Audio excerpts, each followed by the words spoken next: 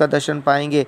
12 अध्याय सहायता के लिए प्रार्थना। हे परमेश्वर बचा ले, क्योंकि एक ही भी भक्त नहीं रहा। मनुष्य में से विश्वास योग्य लोग मर मिटे हैं। प्रत्येक मनुष्य अपने पड़ोसी से झूठी बातें कहता है। वह चापलूसी के होंठों से दो रंगी बातें करते हैं। प्रभु सब चापलूस होंठों को और उस जीभ को जिससे बड़ा बोल निकलता है काट डालेगा। वह कहते हैं हम अपनी जीभ ही से जीतेंगे, हमारे होंठ हमारे ही वश में है। हमारा प्रभु कौन है?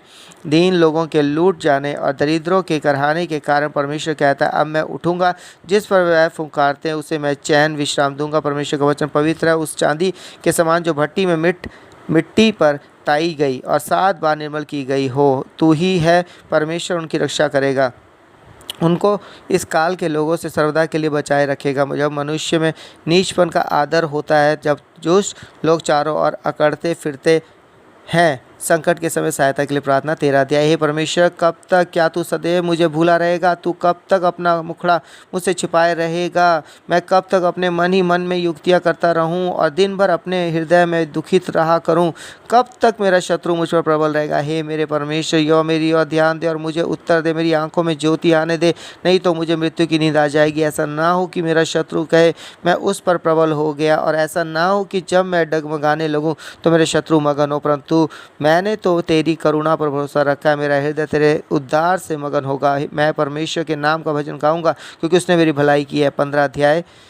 मनुष्य की मूर्खता और दुष्टता। मूर्ख ने अपने मन में कहा कोई परमेश्वर है ही नहीं। वह बिगड़ गए, उन्होंने घिनौने काम किए, कोई सुकर्मी नहीं। परमेश्वर ने स्वर्ग में से मनुष्य पर दृष्टि की है कि देखे कि कोई बुद्धिमान, कोई परमेश्वर का खोजी है या नहीं। वे सब के सब भटक गए हैं, वे सब भ्रष्ट हो गए और कोई सुकर्मी नहीं, एक भी नहीं। क्या किसी अनर्थकारी को कुछ भी ज्ञान नहीं रहा? जो मेरे लोगों को ऐसे खा जाते हैं जैसे रोटी और मिट्टी का नाम नहीं लेती। वहाँ उन पर भय छा गया, क्योंकि परमेश्वर धर्मी लोगों के बीच में निरंतर रहता है। तुम तो दीन की युक्ति की हंसी उड़ाते हो, परंतु यहोवा उनका शरण स्थान है। भला होता कि इस्राएल का उद्धार सिय्योन से प्रकट होता।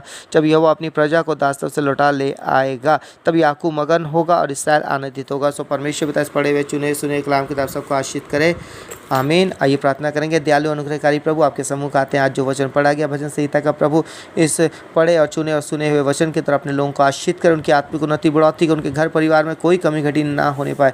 पिता पुत्र पवित्र आत्मा की जुरी के द्वारा पिता उन्हें आशीष करो प्रभु, उनके घर परिवार में कोई कमी घटी ना हो प्रभु। इस संध्या के समय आप उन्हें संभालो, शाम के समय सुरक्षा दो, रात और मीठी नींद दो, ताकि रात और मीठी से सुबह उठे आँखें में लड़ाई करे प्रभु। आपका धन्यवाद हो प्रार्थना सुनने के लिए और इन सबको आशीष करने के लिए प्रभु। आपका धन्यवाद धन्यवाद धन्यवाद धन्यवाद हो प्रभु। हर एक पति पत्नी उनके बच्चों को आशीष करे, आज दिन भर संभाला, आगे भी आप इन्हें संभाले, सुरक्षा दे प्रभु। ये वचन जो भजन संहिता के पढ़ रहे हैं प्रभु जी, और जो अलग नीति वचन और मरकुस का अध्याय पढ़ रहे हैं प्रभु, इन वचनों को पढ़ने के द्वारा सबको बहुत बहुत आशीष करे प्रभु। और सच में प्रभु जो वचनों में बढ़ रहे हैं प्रभु, आपका आत्मा इनकी अगुवाई करे, ताकि ये वचनों को समझे और सीखे प्रभु।